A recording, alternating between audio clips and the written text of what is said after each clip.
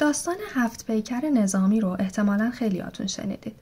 از علاقه بهرام پنجم یا اونجوری که معروف تره بهرام گور به شکار هم خبر دارید. اما خب داستانی که بعد از این مدت طولانی قراره براتون تعریف کنم هیچ کنم از این دوتا نیست. داستان بهرامه و رویاروییش با اقوام ایران شرقی. ولی قبل از اینکه بریم سراغ داستان اصلی بیایید یکم برگردیم عقب‌تر. این آقا یزدگرد یکمه، معروف به بزهگر. اینکه چرا شد بزهگر یا گناهکار خودش یه داستان جداست، ولی اگه بخوام یه خلاصه یه خطی ازش بهتون بگم اینه که رابطش با بزرگای ایران خیلی خوب نبوده. وقتی که یزدگرد میمیره پسرش بهرام پیش اعراب بنی لخم در جنوب عراق امروزی زندگی میکنه. بزرگان هم از این فرصت استفاده میکنن و یه کس دیگه‌ای که از نسل یزدگرد نبوده به اسم خسرو رو به تخت میشونه. بهرام که از ماجرا خبردار میشه سری میاد به سمت پایتخت، اما خب زورش به بزرگان نمیرسه. اونا هم بهش بدبین بودن چون میترسیدن که مثل پدرش باشه. در نتیجه بهرام پیشنهاد میکنه که تاج شاهی رو بذارن بین دوتا شیر و اگر خسرو تونست اون تاج رو برداره که خب مبارکش باشه، پادشاه بمونه، و اگر هم بهرام تاج رو برداشت پس اونه که شاه میشه. روز پیکار فرا میرسه و بهرام و خسرو هر دوشون میرن به دشت و تاج رو میذارن بین دوتا شیر همونطوری که تعهد بوده، آماده میشن تاج رو بردارن. اما خسرو وقتی شیرها رو میبینه کنار میکشه و با زبون خوش پادشاهی رو میده به بهرام. البته خب بهرام بیخیال ماجرا نمیشه دیگه، اون گرزش رو بر میداره میره وسط میدان، شیرها رو میکشه و تاج رو بر میداره تا اینجوری لیاقت خودش رو هم ثابت بکنه.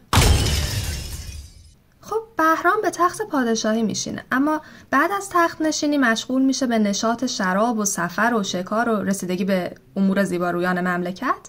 خبر میرسه به ترک و چین و روم که بهرام سرگرم بازیه و الان که شاه در پی امور کشور نیست بهترین فرصت برای حمله است.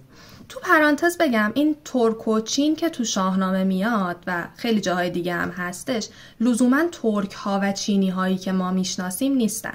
منظور اون اقوامیه که در شرق قلمرو زندگی میکردن. ایرانی ها خیلی بین اینا تفاوت قائل نشدن توی تاریخ نگارشون. پرانتز بسته. قیصر از غرب و خاقان از شرق شروع میکنن به گردآوری لشکر و راه میفتن به سمت ایران. پیران و نامداران و لشکریان هم میرن پیش بهرام که شاها چه نشسته‌ای، بلند شو یه کاری بکن، دشمن رسیده به دروازه هامون. بهرام هم میگه اصلا نگران نباشید آقایون، خدا یار ماست، و خب کاری نمیکنه. همون روند قبلی خودش رو ادامه میده، برادرش نرسی رو میشونه به جای خودش و میذاره میره آذربایجان برای شکار. خبر رفتن بهرام از پایتخت همه جا پخش میشه. خاقان هم که میبینه شاه فرار کرده پس گستاختر پیش میاد. بزرگان هم که توان رویارویی با خاقان رو در خودشون نمیبینن نامه مینویسن که ما بنده تو هستیم، فرمان بردار تیم، اگر باج و هدیه میخوای بیا ما بهت میدیم. خاقان هم باج رو میپذیره و تعهد میکنه که فقط تا مرو توی خاک ایران پیشروی بکنه و دیگه جلوتر نید. میاد توی مرو ساکن میشه، اون هدایا رو دریافت میکنه و همونجا میشه جشنگاه سپاه خاقان.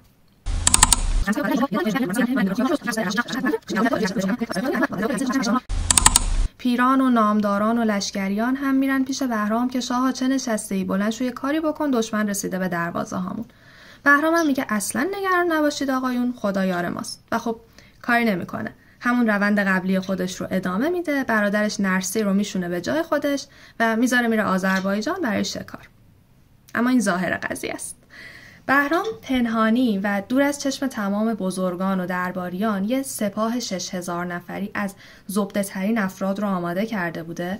خودش رو میرسونه به این سپاه و میره به سمت مرو، یعنی همون جایی که الان در تصرف خاقانه. شب هنگام با یه حمله ناگهانی به اردوی خاقان همه محاسبات رو به هم میزنه و یه تعداد زیادی از سپاه دشمن رو میکشه، سر خاقان رو هم از تنش جدا میکنه. ادامه ماجرا رو بیاید بریم سراغ خود شاهنامه از زبان فردوسی بخونیم. ز ترکان هر آن کس که بود پیش رو، ز پیران و خنجرگزاران نو، همه پیش بهرام رفتند خوار. پیاده پر از خون دل و خاکسار. که شاها بزرگا بلندخترا و آزادگان جهان مهترا. گریدون که خاقان گنهکار شد، ز عهد جهاندار بیزار شد. تو خون سر بیگناهان مریز، نه خوب آید از نامداران ستیز. گر از ما همی باش خواهی رواست، سر بیگناهان بریدن چراست. همه مرد و زن بندگان توییم، به رزم اندر افگندگان توییم. دل شاه بهرام از ایشان بسوخت، به دست خرد چشم خشمش بدوخت. ز خون ریختن دست گردان ببست، پراندیشه شد شاه یزدان پرست. چو مهر جهاندار پیوسته شد، دل مرد آشفته آهسته شد. بر شاه شد مهتر مهتران، بپذرفت هر سال باژی گران. از آن کار چون کام او شد روا، ابا باژ بستد ز ترکان نوا. چو برگشت و آمد به شهر فرب، بیاژنگ رخسار و پرخنده لب.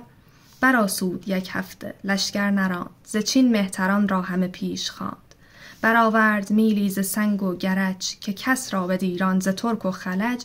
نبودی گذر جز به فرمان شاه، همان نیز جیهون میان جیب راه. به لشکر یکی مرد بد شمر نام، خردمند و با گوهر و نام و کام. مرو را به توران زمین شاه کرد، سر تخت او افسر ماه کرد. چو شمر از بر تخت سیمین نشست، کمر بر میان بست و بگشاد دست. همان تاج زرین به سر بر نهاد، همه شهر توران بدو گشت شاد.